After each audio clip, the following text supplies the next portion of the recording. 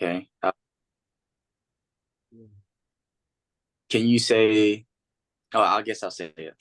Namo Shakyamuni Buddha, Namo Shakyamuni Buddha, Namo Shakyamuni Buddha. All right, thank you.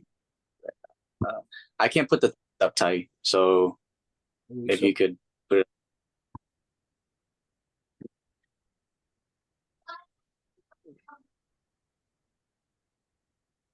You went to school in Johnson?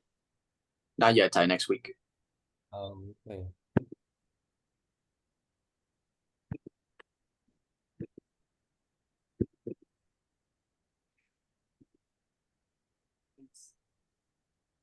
Yeah, go ahead, Johnson. Can I ask them? All right, Daniel, can you read the first page? Homage to Eli and Buddha, perfect in wisdom and compassion. Homage to the Noble Dharma, the universal law the Buddha taught. Homage to the Holy Sangha, the protector of the Noble Dharma. This triple gem I call for refuge. May the triple blessing bless me and protect me and my loved ones tonight. May we be free from harm and danger. May we overcome our difficulties. May we always meet with success. May we be blessed with good health, strength, peace, and happiness. May my parents, brothers, and sisters, teachers, friends, and relatives be well and happy. You want to finish your rest? No, thank you. You can stop right there. Ethan, can you please read the second page for me? May they be free from harm and danger. If they are faced with harm and danger, I wish that they overcome their anxieties quickly. If they are faced with ill health, I wish that they regain good health soon. May the Buddha, Dhamma, and Sangha bless and protect them. Protect me and my loved ones tonight, oh blessed one. Keep us away from harm and danger. Let our sleep be peaceful so that we awake in the morning refreshed in body and mind. Aspiration. If I have strayed from the true path, may I never do so again. If I have carelessly hurt someone today by word or deed, may I be mindful the next time. Oh Buddha, the Enlightened One, help me set my heart right. May my actions reflect your love and compassion. I shall strive to cleanse my heart from hate and envy and live in harmony with all people. I shall be close to the Dhamma and in good as well as in difficult time. I know that should the moment come for me to leave. Thank you. Vivian, can you read the third page for me, please?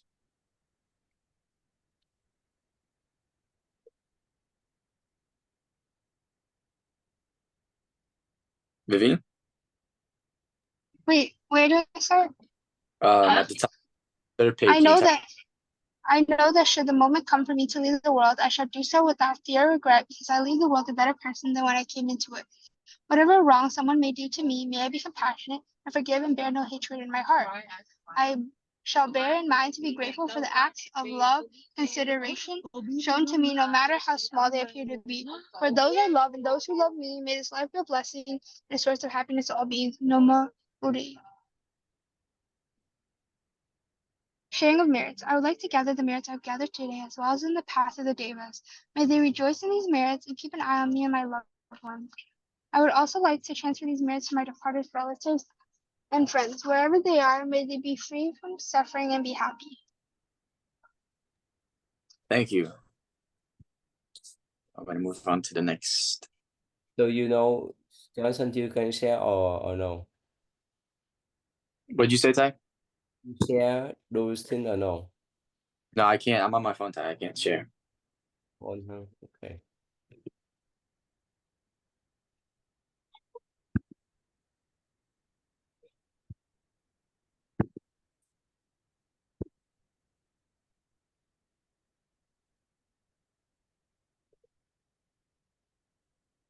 Okay.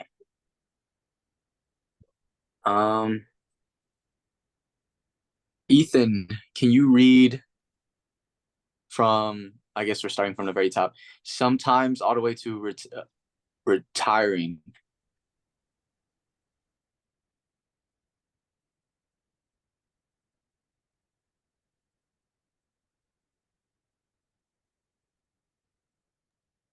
Can you zoom in on it? It's a little far.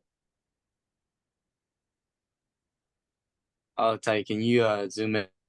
It's a little far. More. Yeah, more zoom in.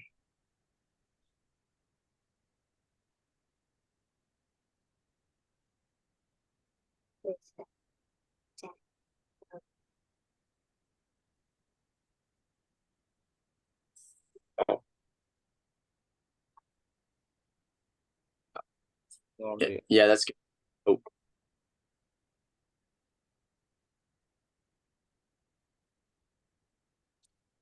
Mess up. All right, go ahead. Sometimes one of the Buddha's senior students gave the Dharma talk in his place. The Buddha would sit and listen serenely, offering words of encouragement when he saw that the Dharma was expressed in a correct and clear manner. After the Dharma talks, the lay disciples would return home, and the bhikkhus would rest until the afternoon bell announced the time to resume sitting and walking meditation. The bhikkhus practiced until midnight before retiring. thank you. Daniel, can you read where Ethan left off at? It starts at the Buddha. The Buddha sat on nature far into the night. He liked to place his bamboo platform outside and sit on it. Enjoying the cool night air, especially on night with the moon. Before dawn, he liked to do walking meditation around a lake, ever joyous, peaceful, and relaxed. The Buddha did not require as much sleep as the young bhikkhu does. Kassapa sat in meditation far into the night also. Okay. Thank you.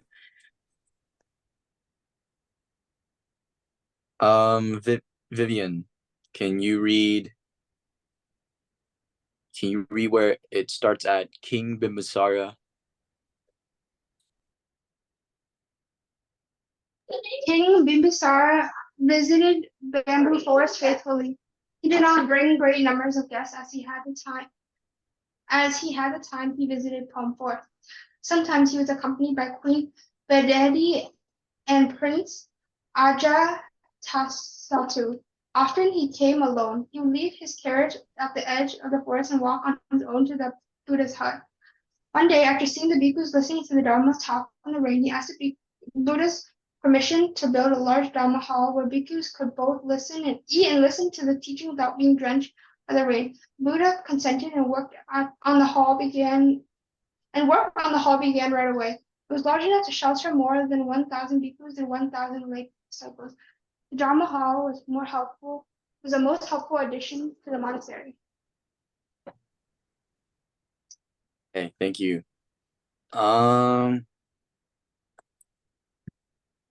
Now I'm gonna ask someone to summarize. So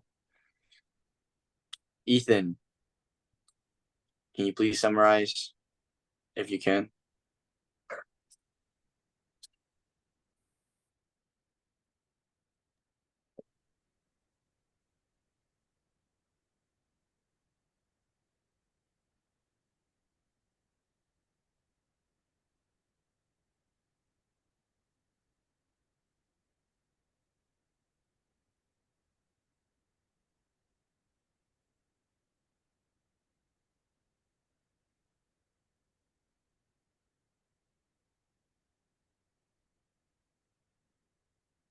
Okay.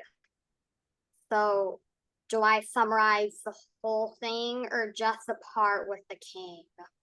The whole thing if possible, just a brief summary. Okay. So, the Buddha and the bhikkhus, would do the normal thing, meditating and dharmas, and then they would do it until the night before retiring. And then after that, the king came alone in his carriage, and he saw the bhikkhu doing their dharma in the rain, and he asked the Buddha if he could build a hall where the bhikkhus could do their dharmas without being drenched in the rain, and the Buddha consented, and it was a very helpful addition to the monastery.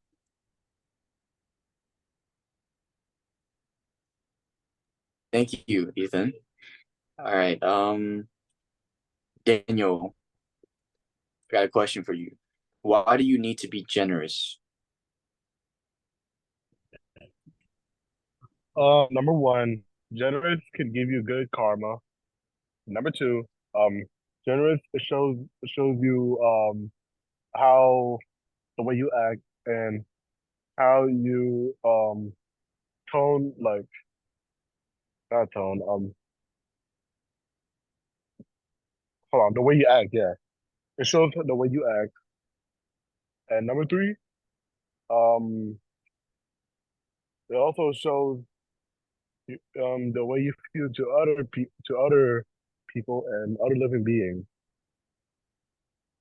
If Okay. you won lottery, what should you do? Would you donate? If I were to win, okay, depending how big the lottery is, but actually, how much is the lottery if I did one? Just a large amount. All right, I'll first donate to my temple because last year's April we got robbed and we lost a lot of money from that. Is that So true? I'm gonna donate. Yeah, yeah. Back in April 2023, How much? to about 27,000. So the nun keep the cash at the temple? Yeah, I don't know where, but they keep it at the temple. Wow. Wow, that they keep that large amount. So the robot they came and ransacked everything. Yeah, they took. I don't know where they found the money. Like I know we have a donation box, but after every single day we would put the money somewhere else. But Wow, the robbers found it and then they took a lot of it. wow. This is incredible. This is 23,000 in cash. 27, 7. 27,000 in cash. Yeah, I could not imagine that how they keep that type of cash at the temple. This is dangerous. Mm. Yeah, because the way my temple is like it's like the way that my temple is built, it was built in like the dangerous part of Indianapolis. Mm. Oh yeah. But I would donate my money to my temple, knowing because we need that money because we got robbed and number two I want to have good marriage for my temple. Okay, thank you. All right, moving on. Ethan. So I don't know. This is a little bit. Does your parents keep So does your that parents keep a at home? so Aaron, sorry, Johnson keep ask him about the other question, not this one. I thought that Okay. Ethan, sorry. Ethan, why do you need to be generous? Okay, why do I need to be? Because, good karma and doing good things makes you feel better and you're just a general good person. Doesn't everyone want to be just a good person? Yeah. Okay. Thank you. On to Vivian. Which question do you want me to ask Vivian, Ty? The lottery, the generous, or okay. Vivian, if you won the lottery, what should you do? And who would you like? Who should you donate first, and what the percentage will you donate?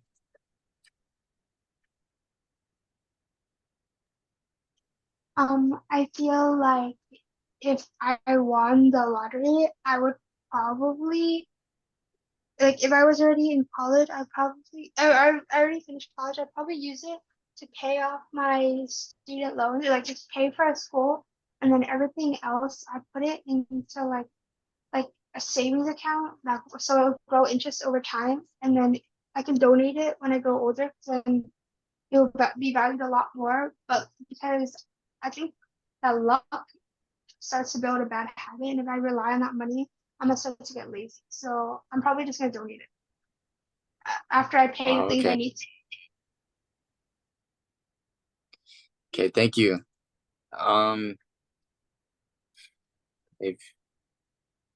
If you were playing, what should you do? Okay. I'll ask Ethan again. If you were a billionaire, what should you do with your fortune? What would I do with $1 billion? I would definitely donate. I would definitely give a lot of money to my parents. So then put it in their retirement money, just give them money. I would also probably donate to a lot of charity. But other than that, I don't really know what I would do with $1 billion. Okay, thank you. Daniel, what would you do if you were a billionaire? What would you do with your fortune? Okay, I'm gonna go by percentage. So I'll donate about 50%, which is 150 million, to my temple. Then I'll donate about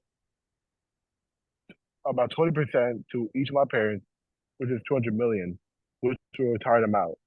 The rest of the money, I could either finance it, or I could do the 5-30-20 method. Spend 50%, save 30%, and honestly, I don't know about that, but yeah, I want to retire my parents, and I want to donate to my temple. And other than that, I don't know what to do with the money. Okay, thank you. Okay, I guess we're gonna move on now to just future stories. So, Vivian, can you read this story and then summarize it, please? Me? Okay. The 10 Pilgrims. Once upon a time, 10 monks went on an arduous pilgrimage to a faraway holy city.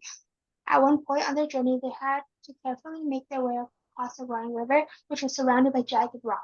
When they finally reached the other side of the river, the leaders of the group decided to count everyone to make sure they had all crossed safely, so he lined each of the pilgrims up and started to count. When the leaders counted the last head, he discovered further that only 9 men had made it across. He then asked each of the pilgrims to count. Sure enough, each one only counted 9. A wise stranger came upon the scene and secretly asked what had happened to elicit such an outpouring of grief. "We are pilgrims," said the leader. "There are 10 of us when we began our journey, but one of our brothers has been lost in the sea." The stranger quickly noticed that by his count there were 10 pilgrims. He asked, "Sir, would you please count everyone again just to make sure?"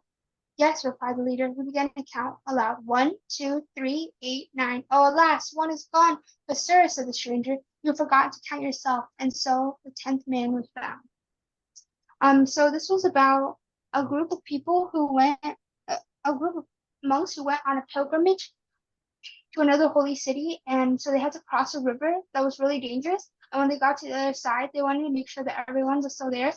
So they counted everyone else, but they kept forgetting, but they did not count themselves. So they believed that one person was missing. I'm sorry to interrupt, but Ty, my mom's calling me. I'll be right back, Ty. I'm sorry. My mom's calling me. So Vivian, can you can you be the leader, facilitator? You can ask him this question, Vivian. Okay, yeah.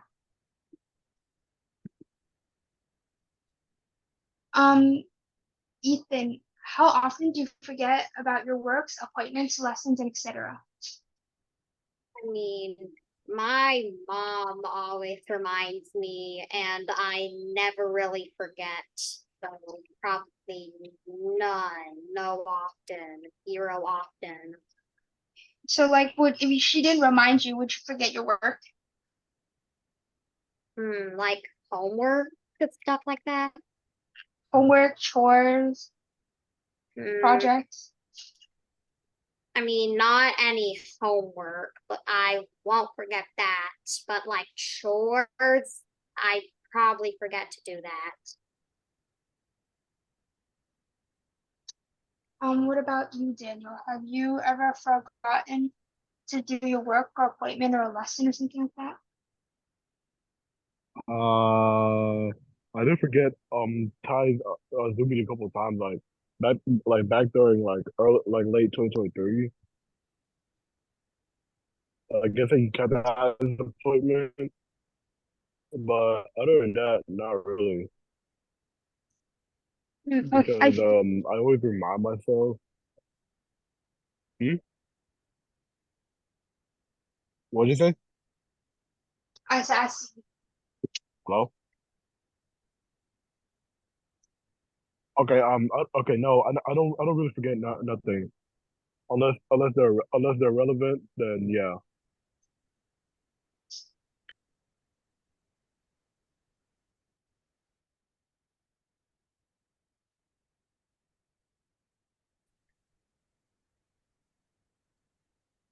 Then you should ask Johnson next.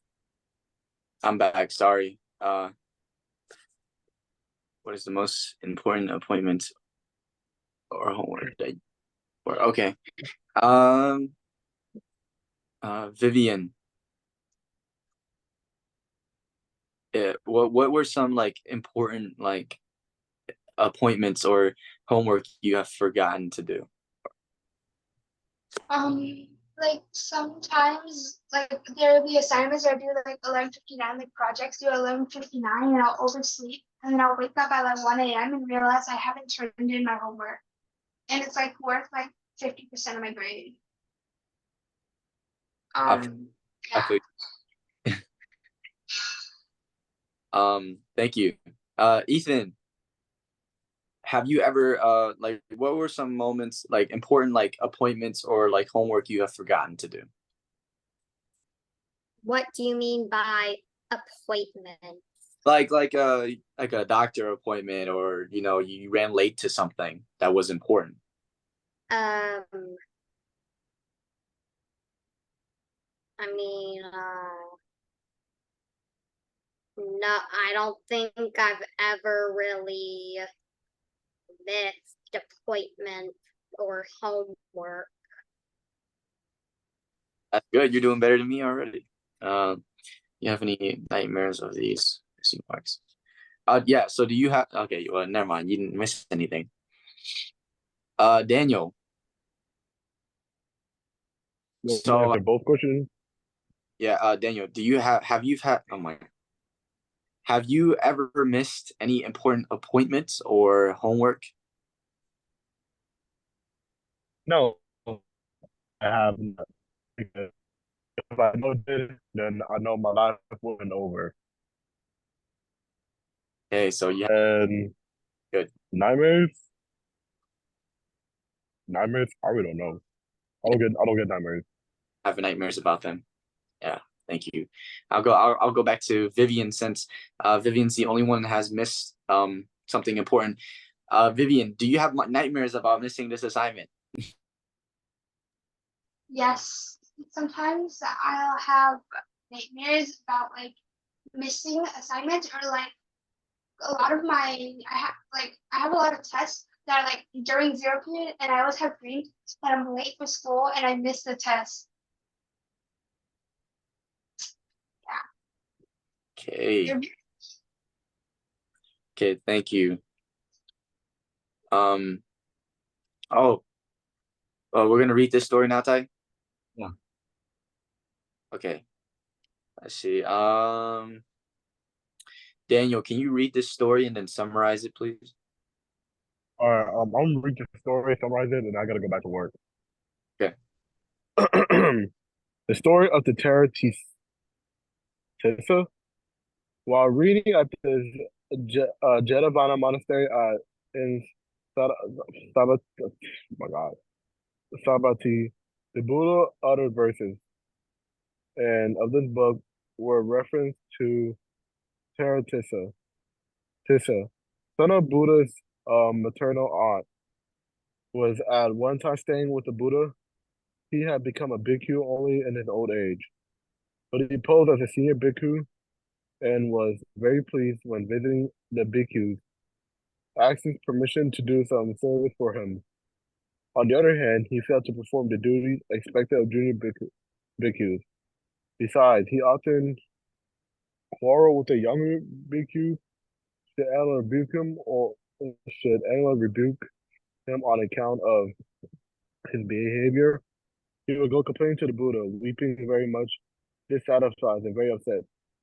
The others also followed him to the presence of the Buddha.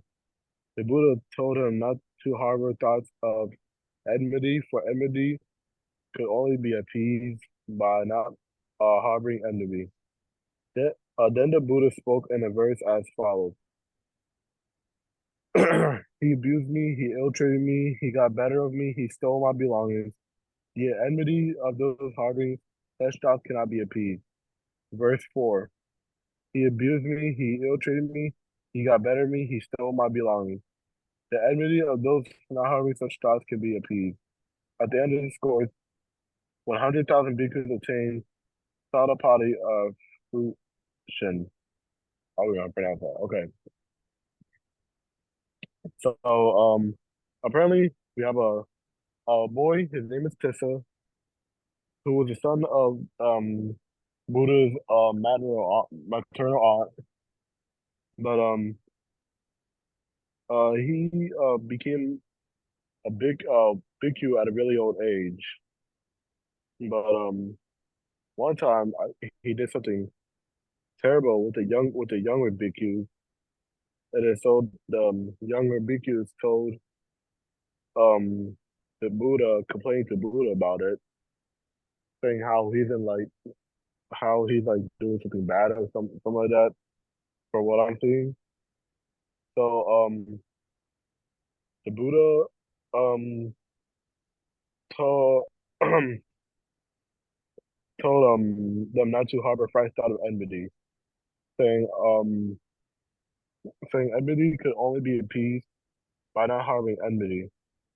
So he repeated the verse 3 and verse 4, and then once he said the verses, uh, at the end of discourse, 100,000 bhikkhus attained the Sadapati fruition. So yeah. Ethan, your sister there? Oh no, I think she feels sleeping.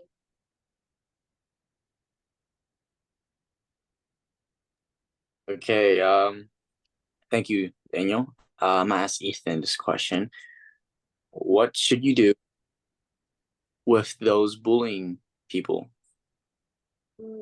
So like if they're bullying me or if they're bullying someone else and I'm watching. Yeah, like they're bullying people and you watch. Well, I mean, the logical thing to do is just tell a teacher or a counselor. Okay, thank you. Vivian, what should you do to what should you do to those who bully people? For those who bully me, I would probably tell an adult in Okay. my school or tell my parents so they could pick it up. But I probably wouldn't confront them face on because I don't know what they're gonna do to me and how violent they can be. Okay, thank you. Wait. Oh, why not? Uh, I don't understand, Tai. What do you mean by why not?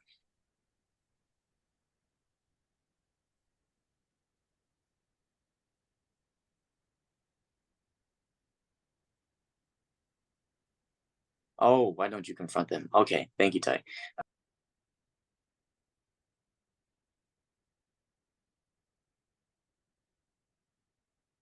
Can hear you, Johnson. Oh, since there's only two of you guys here, I'm gonna switch back and forth.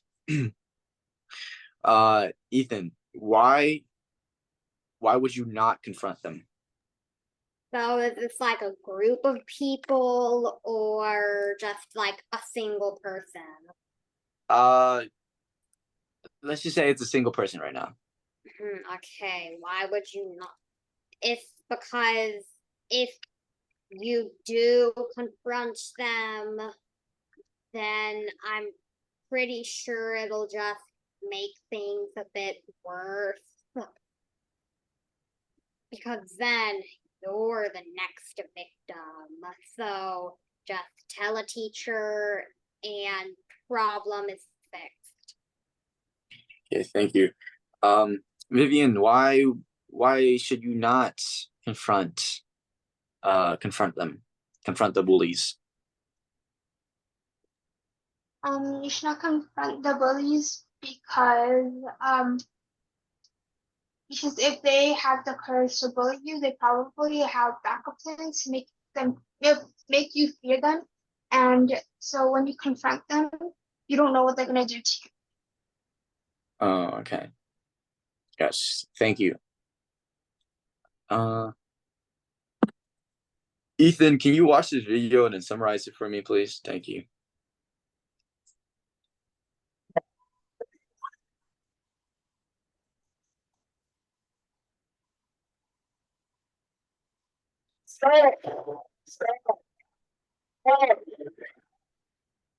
Sorry, Ty, we really can't hear the video, Ty.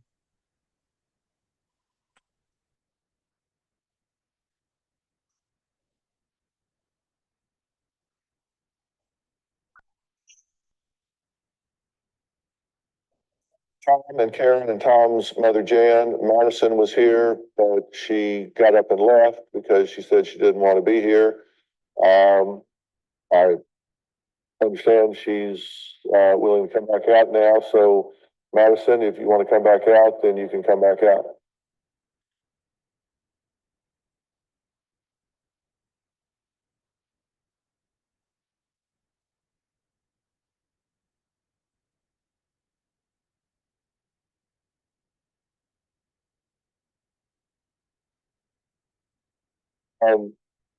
Why did you leave, by the way? Because I don't want to be around you. Why did you decide to come back out? They talked to me and told me that my sister would be coming back out here with me. I'm sorry? They told me my sister would be coming out here with me. No, that's not true.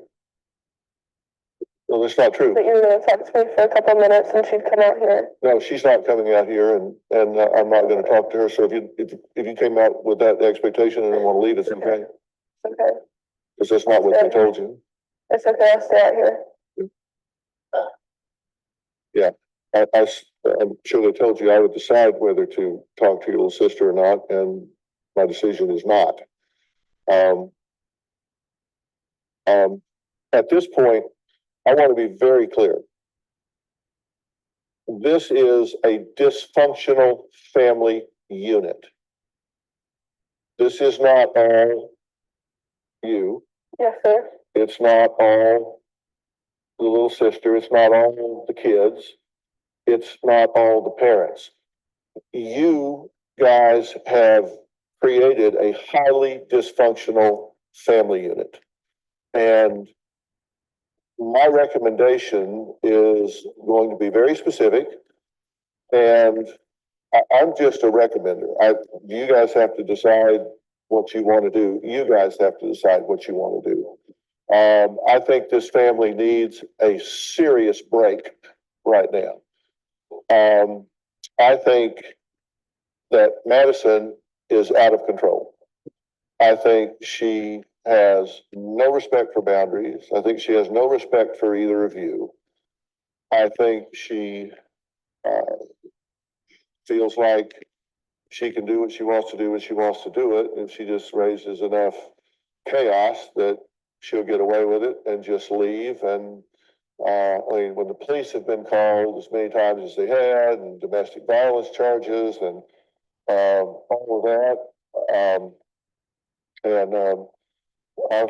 we've spoken to the prosecutors in your county. If we're a repeat offender, they most likely would deal with her as an adult.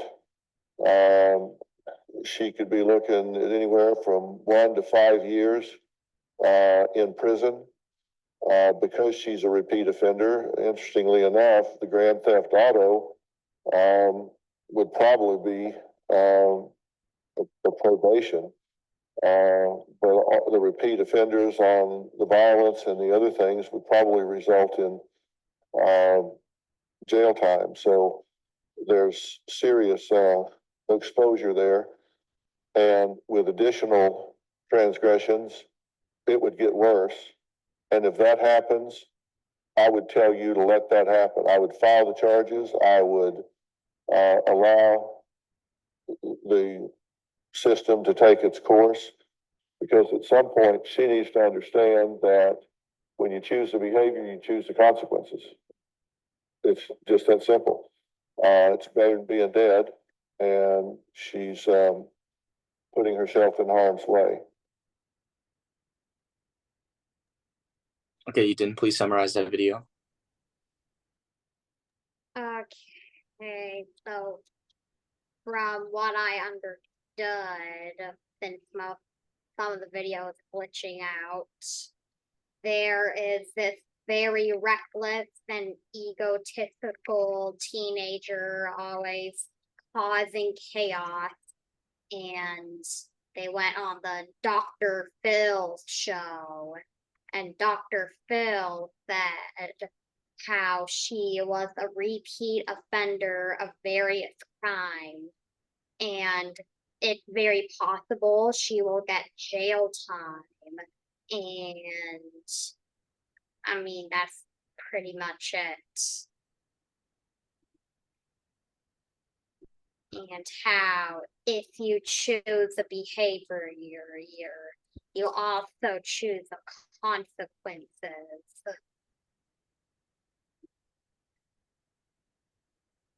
You're muted. Sorry. Thank you, Ethan. I'm gonna follow you up with a question while you have the cool shades on. What do you think about this girl who hit her dad and caused all these crimes and committed all these crimes? My bad. What do I think of her? Yes. She a bad person. Why does she feel the need to do all that? Why? Is she just doing this for her own pleasure? Okay, where's words? I mean, yeah, she's bad, egotistical. Okay. And she needs to learn proper manners. Yeah, she does. Thank you.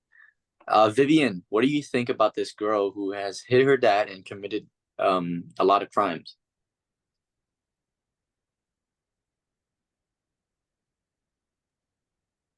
Wait, what I think about the dad, the girl who hit her dad? Yeah, who hit her dad and committed like a lot of crimes. I think that she needs to be more harshly punished, because clearly she's been coddled by her parents, and her parents spoiled her, and that's why she turned out like this. Because if they had like instilled like fear and they've taught her right, then she wouldn't have turned out like this. Okay, thank you. I'm gonna follow you up with a question, Vivian. So, in public school, do they teach anything about like the kindness of parents and listening to your parents? Do they teach anything like that in public school?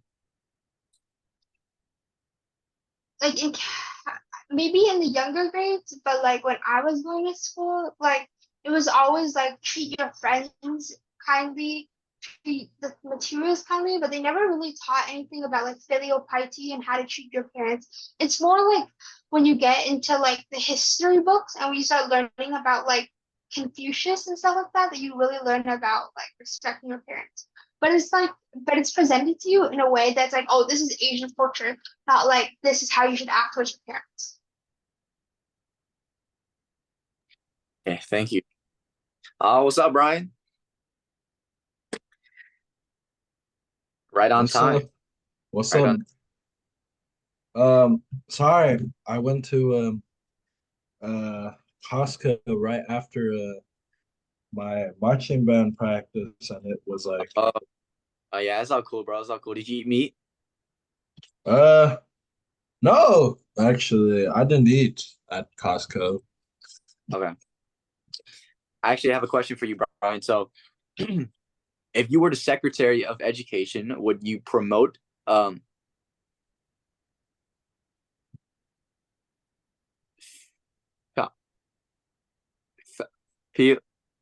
It's in the chat. Feel piety, piety, and listen to your parents. I would say yes, because I'm pretty sure Phil filial piety is remembering kindness of your parents, and I feel like it is important to recognize the kindness of our parents, because they raised us from little all the way up. Yeah, yeah. Okay, thank you. I'm gonna ask this to. Okay, Ethan. So after hearing like these type of principles, why do most American students don't understand or want to follow these principles? Uh,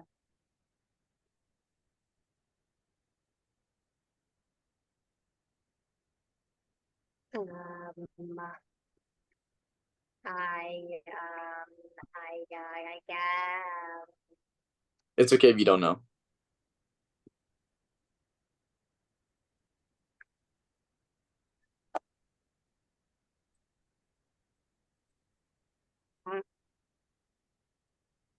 All right. I'm gonna ask someone else to help you out. Remember kindness, parent. Oh yeah. So yeah, just that was one of the principles, remembering the kindness of your parents and listening to them. Why do you think American students, they don't really follow that? That's like the same question, but why don't they do that? It's like a philosophical question. I don't Okay, it's all right. I'm gonna ask Vivian. Yeah, Vivian, can you help Ethan out and answer? So, why do American students like not follow these principles of like remembering the kindness of your parents and respecting them?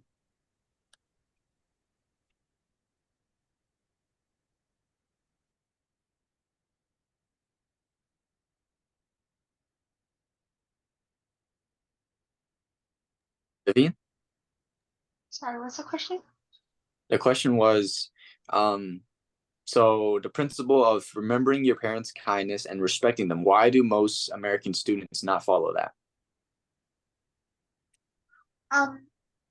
I think it's because of like the principles that they were raised in, right? Like the idea that like everyone is equal. So like why should we respect our parents? Because our parents are by American law equal to us.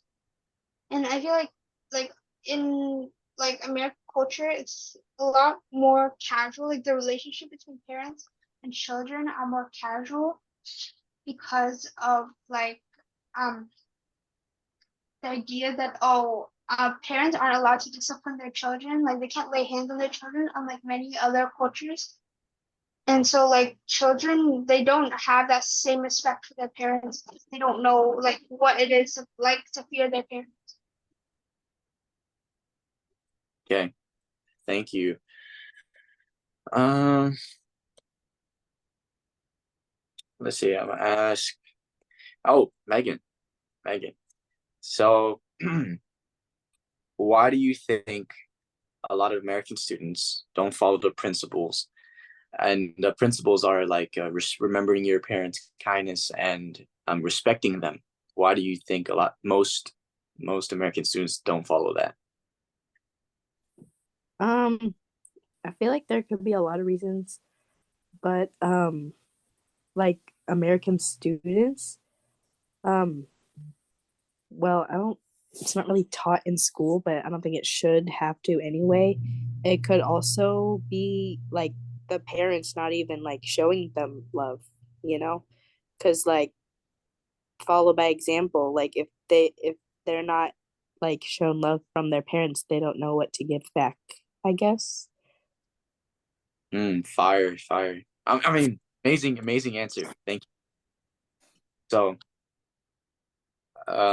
which ones do you for remembering your parents' kindness? No.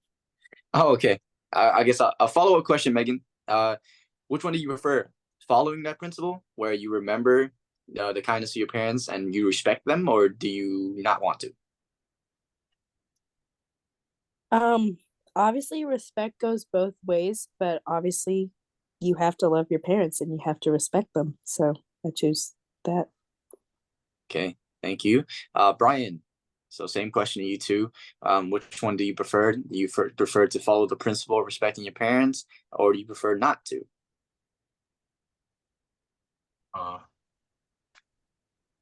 Following your parents. Yeah, respecting them. Yeah, even if they treat you wrongfully, I mean, they raised you all your life, so yeah. Okay, thank you. Ethan, would you which one do you prefer, respecting your parents or not respecting them? Obviously respecting them. Okay, thank you. This one's pretty easy answer. Vivian, which one do you prefer? Do you prefer to follow the principles and respect your parents, or do you not want to? I think that you should respect your parents because they only want the best for you and they raised you to be who you are. And for all the things they provide for you, they at least need the respect because they've shown you the respect by keeping you alive and helping you prosper. Okay, so follow-up question, Vivian. If you were the Secretary of Education, how would you promote this type of principle, this principle of respect towards your parents? I think that I would promote it by like instilling it into their like etiquette. Like you teach, like kids are taught to like keep their hands to themselves and not bully and stuff like that. During that time, they should also learn to respect everyone around them and emphasis on like parents. Because I feel like schools focus a lot on like, oh, don't touch people at school, but like outside, like school has nothing to do with it, and so that's why they don't focus on it. But I think that they should put emphasis on not just on parents, but just to respect people in general, no matter who they are, no matter what prejudice you might have against them. And especially when you get into middle school and high school and everyone's like starting to change and like preferences start to come, I think that's a really big part of like PE. I feel like that's like the part where the class they should put it in, because PE is all like about your health, mental and physical. And so like how you treat others is also a part of your mental health. Okay, thank you. Oh, another video. Brian, can you watch this Oh, he's gone. Oh no, he's there. Yeah, Brian, can you watch this video and then summarize it for me at the very end? Thank you. I don't like stereotypes of any kind. I think there are ambitious, industrious people in your generation. There were in our generation. There were also deadbeats. It's just a very, so individual.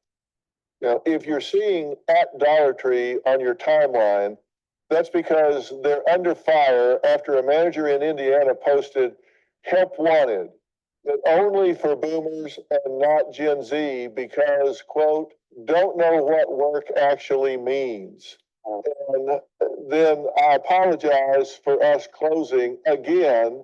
My 2 new cashiers quit because I said their boyfriends couldn't stand here for their entire shift. Don't hire Gen Z. They don't know what work actually means. Now hiring baby boomers only, thanks. Wow. So apparently they had a problem with, yeah, I guess. But I think they're being My friends showing up. Yeah, you got a few Gen Z people that they're all like that. And also, like, low-key, that sounds illegal. Open discrimination and bragging about it. I think Dollar Tree agreed with you because they did put up this statement. The manager in question is no longer employed by the company, and Dollar Tree released a statement that it did not approve or condone the sign. John's a professor, and he says his Gen Z students are lazy, less motivated, only interested in themselves, and need to socialize more, that they're consumed by their phones. You say if somebody's up giving a presentation or whatever, not them, they don't even pay attention to it. They seem to want to focus on their phones more than listening and learning. So it's frustrating for me sometimes. Again, not generalizing that all students are like that, but a lot of them are on their phones while I'm talking. And I say, if you need to talk on your phone, you can go outside and talk on your phone. Are they failing? No, because of grade inflation. Grade inflation scares me. What is grade inflation? They all expect to get A's no matter what. But years ago, it wasn't like that. I've been teaching for almost 40 years, and I feel a lot of pressure on myself to give the students at least a C, even if they're not doing the adequate amount of work. Oh, which first and foremost, thank you for being like a teacher or professor. Like when I was in school, I always, I'm not going to say I was the perfect person. Yeah, I have a little bit of attitude. It's pretty good. I've learned also from a generation that I have to understand where you're coming from. Do you think we like waste our time on our phones essentially? No, because I'm turning into one of you. I'm on my phone all the time. I get a message from Apple that says that you were on your phone for 5 hours a day last week. I'm like, oh my God. Gen Z. Do you have a story or a question for me? Click the link in the description and tell me.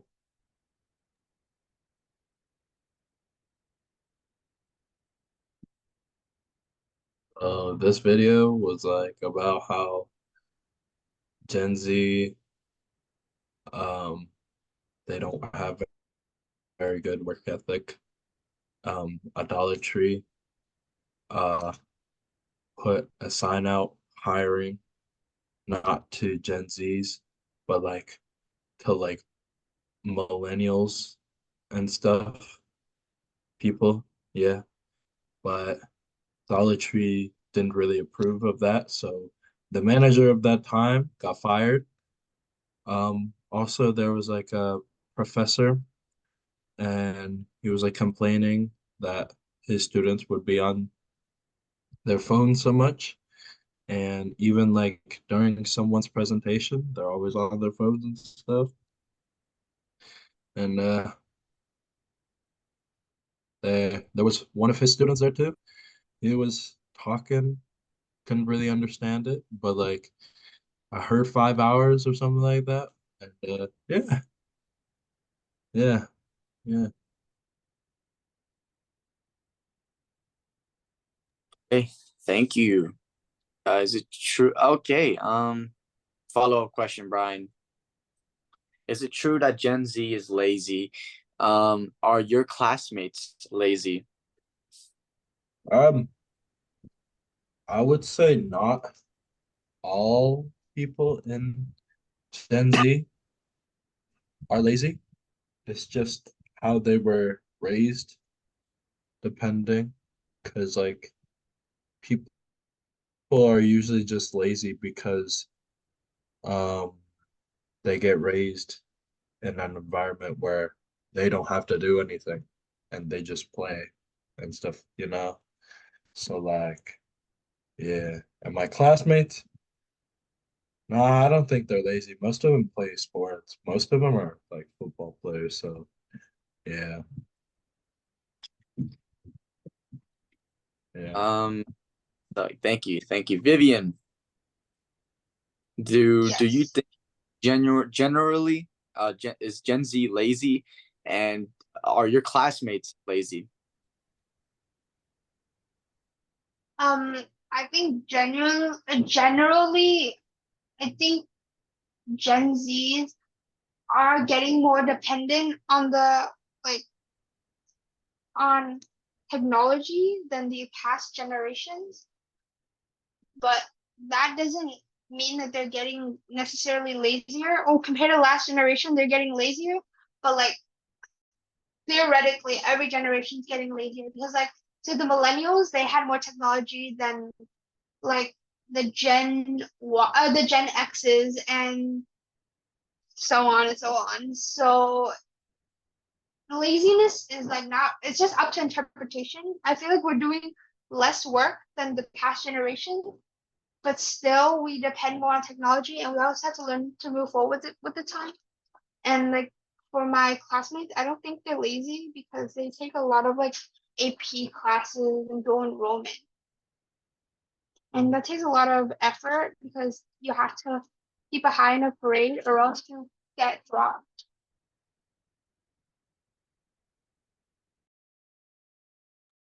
Ty. Thank you, Vivian. So wait, Ty, I'm confused. You say explain the difference. What do you mean? Explain the difference between them. Between what, Ty? Millennial and the Gen Zs. Oh, the millennials and the Gen Zs. Explain the difference between them. Okay. Let's see who can answer that. Megan. So, what do you think is what's the difference between like the older people that we call millennials and Gen Z people? Like, what's so different between them? What makes them different? I actually don't really know, to be honest, but I do know that for some reason the millennials are trying to like start a war with Gen Zers. But obviously we grew up like very differently, like millennials like didn't have as much as we did and like we're privileged to have like all that we have. But I feel like in a way that makes us more like advanced growing up because we had so much. But yeah.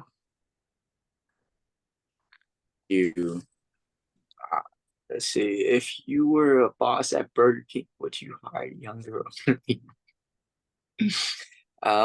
Ethan. Yeah. So Ethan, if you were a boss at Burger King, right, would you hire younger people or older people to work for you? But would old people even want to work at Burger King? It's a hypothetical question, man. They probably don't, but like, let's say they do. Let's say like they do. Would you hire old? Older people would be more competent, but they are a little more slower because of their age. And younger people, they are more fast and quick, but they just are a little incompetent. So I guess it's just a matter of preference. Okay, thank you. Vivian, if you were the boss of Burger King, would you hire younger people or older people, Vivian?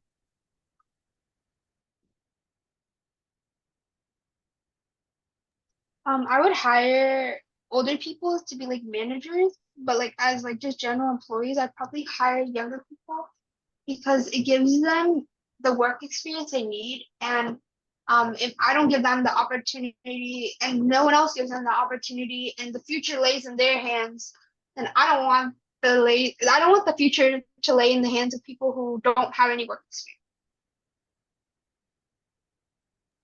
Thank you.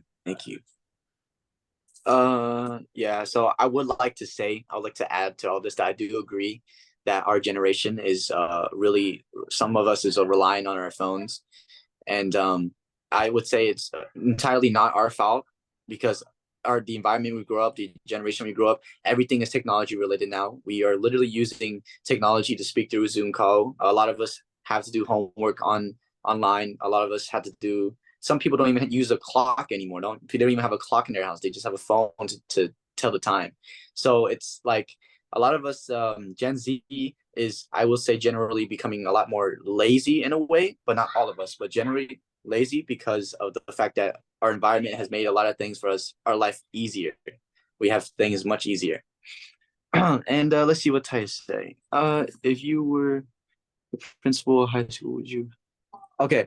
Megan, if you were a principal of a high school, would you hire younger teachers or older teachers? Um, I would try to do a mix of both, but definitely uh younger teachers, or try to do more younger teachers, because I feel like nowadays this year I actually have like a lot of younger teachers, and I like notice like all of us all of us like kind of like listen to them better in a way, because like that teacher like knows like how we act, or like how like that teacher, like younger teachers just like understand us better in a way, I guess. And like older teachers, I feel like um I mean, older teachers are also good teachers, but in a way like they can't connect to us because of like the age gap. But I'm not saying that that's like a bad thing. Okay, thank you. Uh, Brian, so if you were principal of a high school, would you hire younger people or older people to work? Like my sister said, I would probably do both. It just depends the subject really. Um, I would say with like I guess more like in-depth subjects, like for example, like business, that's just broad. And like something like micro or macro business, something like that, I feel like would need like a older person, like more experienced. Okay, thank you. Vivian, so if you were a principal of a high school, would you hire younger people or older people? I feel like they said, I would hire a mix of both. And I think like the more like the new like the electives and stuff like that, I feel it would be younger teachers, because there's new technologies that come into getting those like career path jobs. But for like the essential like A through G requirements, I would probably go with the older teachers, because they have more experience and more wisdom, and the way they run is like more traditional, while like newer teachers, they're a lot more lenient on their students, which I don't think makes the best progress on the students. Okay, thank you. Now we're gonna go to the three refuges. Ethan, can you start with the first refuge, please? Do I have to like sing it? It would be preferably like, but you don't have to. You don't have to. You do not have to. Yeah. Okay, to the Buddha I return and rely, vowing that all living beings understand the great way profoundly and bring forth the Bodhi mind. Okay, thank you. Brian, can you do the second one, please? To the Dharma I return and rely, vowing that all living beings deeply enter the Sutra treasury and have wisdom like the sea. Thank you. Megan, can you do the third refuge, please? To the Sangha I return and rely, vowing that all living beings born together a great assembly, one and all in harmony. Thank you. Vivian, can you do may I, please?